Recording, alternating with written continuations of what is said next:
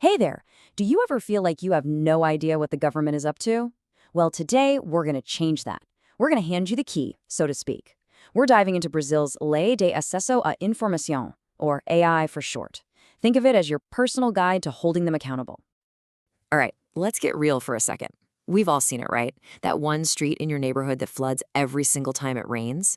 You hear whispers that money was set aside to fix it, but year after year, nothing changes. So what can you do? This is exactly where the LAI comes in. It's the law that gives you the power to go to City Hall and say, hey, show me the contracts, show me the payment records, show me the inspection reports. It lets you find out what's really going on. Okay, so here's our game plan for today. First, we'll look at where this right to know even comes from. Then we'll talk about the one big rule that completely flipped the script. After that, we're getting practical, how you can find info, how to actually make a request, and yeah, what the limits are. And to wrap it all up, we'll see why this is such a massive tool for you in a democracy. All right, first things first, and this is probably the most important thing to get straight. Your right to know, it's not some gift the government decided to give you. It's not a favor. It is a fundamental power, and it's written right into the Constitution. So if you go back to Brazil's 1988 Constitution, specifically Article 5, it says right there that every citizen can get information of public interest from the government. Sounds great, right? But for a long, long time, that right was kind of just on paper. It was really hard to actually use it. Then 2011 rolls around and everything changes with Law 12.527. That's the LAI. It's the law that finally gave this constitutional right some teeth, creating the actual tools to make it a reality for you, me, and everyone else. Okay, now for the part that's a total game changer. I mean, this is the idea that turned everything on its head. The principle that publicity is the rule, not the exception. This one little concept completely flipped the old way of thinking, where government secrecy was basically the default setting. Just listen to this one line from Article 3 of the law, because it is powerful. Publicity as a general precept and secrecy as an exception. I mean, let that sink in. That's not just a nice thought or a suggestion. No, it's a legal command. It marks a truly historic shift in how the government in Brazil has to operate. So what does that actually mean for you? It's simple, really. The burden of proof has shifted. Before this law, you basically had to convince them why you should be allowed to see a document. Now, it's the complete opposite.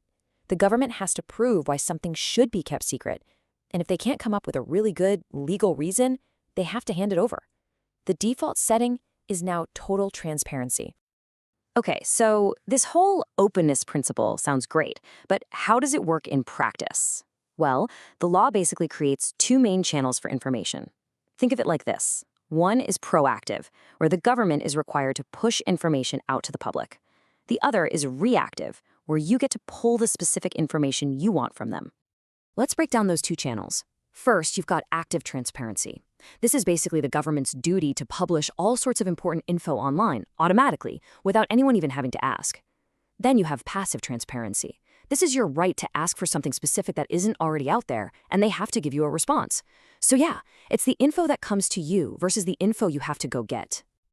So, what kind of stuff are we talking about with active transparency? Well, think of those government websites, they're transparency portals. They are legally required to be these huge public dashboards. They have to post detailed budgets, every single contract, public servant salaries, you name it. It's literally a treasure trove of data just sitting there waiting for anyone to look at it, anytime. Okay, but what happens when the thing you're looking for isn't on one of those portals? Well, that's where passive transparency kicks in. This is where you take action. So let's walk through exactly how you do it. And you know what? The process is surprisingly straightforward. Step 1, you make your request. You submit it to the agency's Citizen Information Service, the CIC, which you can usually do right online. Step 2, you wait. The agency is on the clock. They have 20 days to get back to you, though they can ask for a 10-day extension if they have a good reason. Step 3, you get your answer. They either give you the information or explain why they can't. And crucially, step 4, if they say no, it's not over. You have a clear path to appeal that decision. Now let's talk about the rules for making a request, because this is where it gets really empowering. First off, Anyone can make a request. A person, a company, a journalist, it doesn't matter. And this next part is huge. You do not have to explain why you want the information. Not ever. It's your right, period.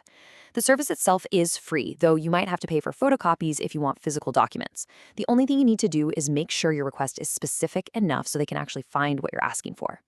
Okay, so obviously this right to know isn't a total free-for-all. It's not absolute. There are some very specific, legally defined cases where information can be kept secret, and it's really important to know what those boundaries are. The law is all about finding a balance. On one hand, the goal is maximum transparency. But on the other, it recognizes that some things need protecting. We're talking about two main areas: national security and, of course, the personal privacy of individuals. And listen, these aren't just vague loopholes the government can use to hide whatever they want. They are very clearly defined exceptions. When it comes to state security, the law sets up 3 different levels of secrecy, and each one has a strict time limit. At the first level, you have reservata, or reserved information. That can be kept secret for up to 5 years, usually to protect the safety of specific people.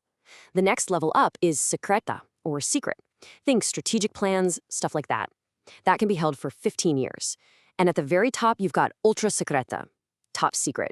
This is for things that could affect national sovereignty, and it can be sealed for a maximum of 25 years. And then there's that other big category: personal information. Things related to someone's privacy, their honor, their image. That kind of data can be restricted for a very, very long time, up to 100 years. It really shows how the law is trying to be tough on public transparency, but also incredibly protective of individual rights. So we've gone through the rules, the process, the exceptions. But let's zoom out. What does this all add up to? Why does this law really matter? Because at the end of the day, it's not just about getting your hands on some documents. It's about a fundamental shift in power. It's a tool for building a much, much stronger democracy. I mean, think about it. This law puts real power directly into your hands. It lets you perform what's called social control, which is just a way of saying you can monitor what the government is doing. It's a huge weapon in the fight against corruption because you can see where the money's going. It helps make public services better by holding officials accountable.